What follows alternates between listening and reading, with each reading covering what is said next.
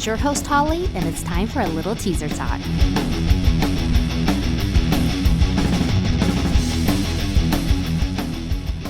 Welcome back to Teaser Talk, the podcast where we dive deep into the world of rock music, but of course we do it in our own quirky and entertaining way. I'm your host, Hollie, and today we're going to debrief Rocklahoma 2023 and give you guys an exclusive look into our experience. I'll be recapping one of the most anticipated rock festivals of the year, Rocklahoma. So grab your earbuds and get ready to rock as we bring you the highlights from this epic event. Rocklahoma, America's biggest Labor Day festival, is back this September 1st through the 3rd in Pryor Creek, Oklahoma. Pandora, Godsmack, Rob Zombie, Limp Bizkit, plus Bush, Chevelle, Corey Taylor, Daughtry, Theory of a Dead Man, and more. Get passes and camping on sale now at rocklahoma.com. Presented by Bud Light. Rocklahoma is held annually over in Pryor, Oklahoma, and it's during Labor Day weekend. It's known for its electrifying lineup of rock and metal acts, and of course, this year they did not disappoint. From legendary bands to emerging talents, Rocklahoma 2023 had it all. So let's just talk about real quick about in my opinion, the standout performances that they had. Off the top of my head, I would say Godsmack for sure. It was great seeing Atreyu, From Ashes to New, Rob Zombie, Corey Taylor, Limp Bizkit. There's just so many of my favorites that took the stage, and I can't wait to kind of give you guys my experience because boy was it one. Apart from the music, Rocklahoma, you guys should know that it's known for its vibrant atmosphere and dedicated fan base. The festival grounds are always buzzing with excitement from attendees from all walks of life gathered to celebrate their shared love for rock music. From a sea of band t-shirts to contagious energy, Rocklahoma has truly created a sense of community among its attendees. In addition to all the amazing acts that took the stages, Rocklahoma 2023 also featured various interactive experiences and attractions. Fans had the chance to explore vendor booths, indulge in food from local vendors, and there was one specifically that I want to give a shout out to, which is the Vet Center. You guys, they were so cool. They had a big truck set up right in front of the general admission entrance, and they, first off, they were super sweet and nice. They'll let me squat there while I waited for my friends to come in, but they are created for veterans and their family members to really become a part and get counseling, get help and support from all kinds of veterans. Most of their categories are PTSD that they specialize in, but I would to definitely check them out if you guys are part of that community. It is vetcenter.va.gov. Shout out to them. So let's break this down day by day. Day one was, of course, so much fun and highly anticipated because it's day one of a long festival with guaranteed hits. Unfortunately, I did run into I guess you would say an inconvenience. I was on my way to go interview Blackstone Cherry in the media tent, but unfortunately, being a person with first world Tesla problems, I had to turn around and go back to Hard Rock and Tulsa to supercharge. But again, like I said, that's going to be first world problems, right? You guys, upon arriving, the staff was incredible. Everyone was just so nice to talk to work with. The fans were incredible. I will say some of the incredible acts from day one would be like Fame on Fire, Aaron Jones, Daughtry, Chevelle, Code Orange, even Skid Row. Skid Row crushed it. They definitely were amazing to watch because there was fans from all kinds of different various ages, different styles, but yet it unified everyone in the crowd. It was cool to watch everyone sing along their songs and just having a great time. And one thing I learned this year about Rocklahoma is beads aren't just for boobs. They're also for behinds. And by behinds, I mean butts. So before leaving or heading over to watch Godsmack perform, I was approached by a guy in the audience with beads, and he gave me his beads and he also gave me an eyeful of his butt. So that was definitely an interesting encounter. Everyone had a good laugh at that because I was like, what is going on? But of course, like I said, Godsmack closed out day one with an epic performance.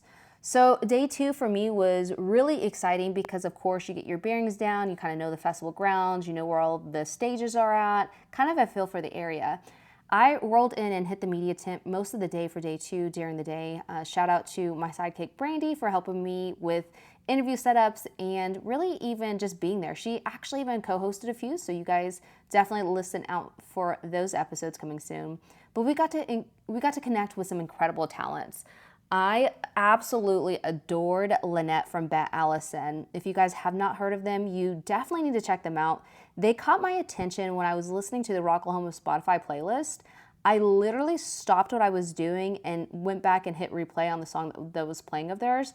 They have such a unique sound, and they're really just genuinely good people. And they were definitely part of the crew I jived with and hung out with most of the festival just because of their overall energy. I did get to meet some Aussies from Snakebite Whiskey. Those guys were a trip, and in a good way. They came on brand with their bottle of whiskey, and of course we had to partake in some of the sipping of it. And they actually gave us like this little koala bear that would pin to our shirts. It was super cool. Those guys were awesome. And I'm glad that we got to cross paths for sure.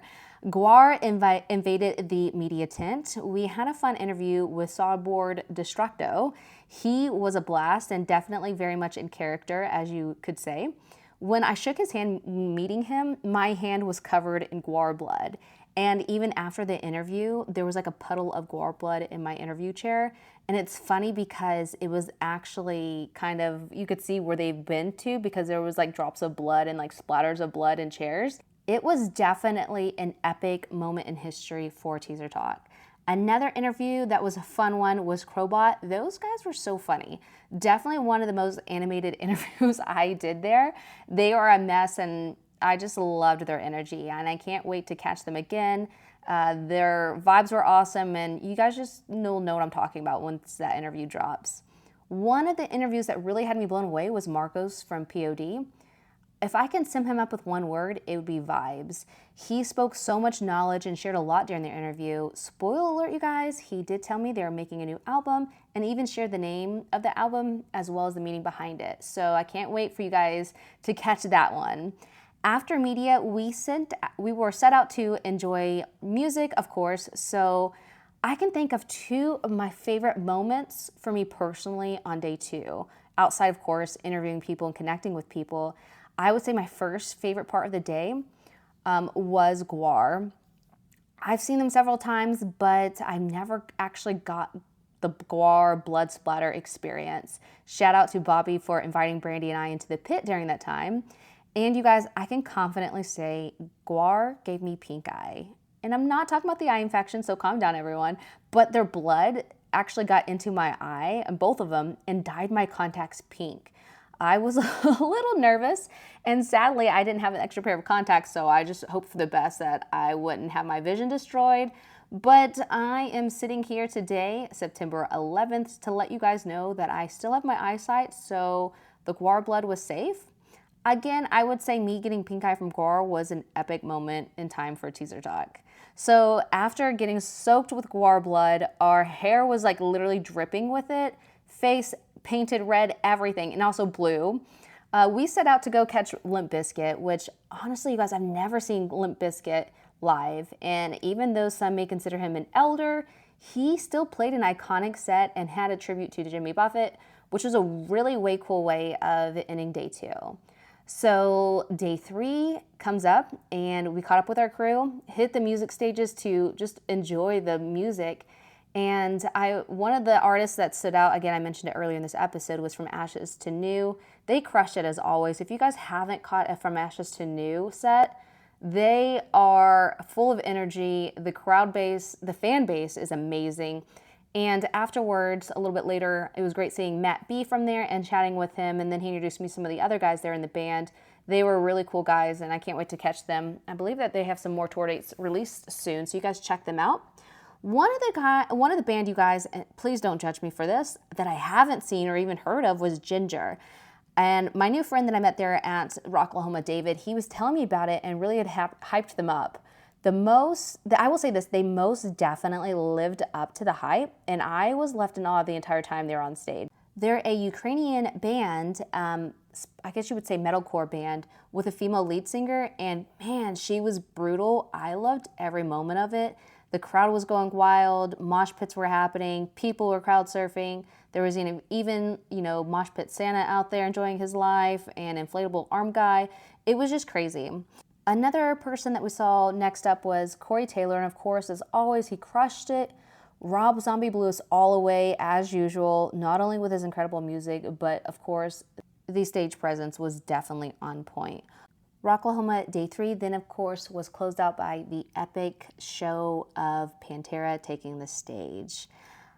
I cannot stress this enough to say I will most definitely be back for Rocklahoma 2024 for the most epic Labor Day weekend party in the country, and maybe me even on the planet.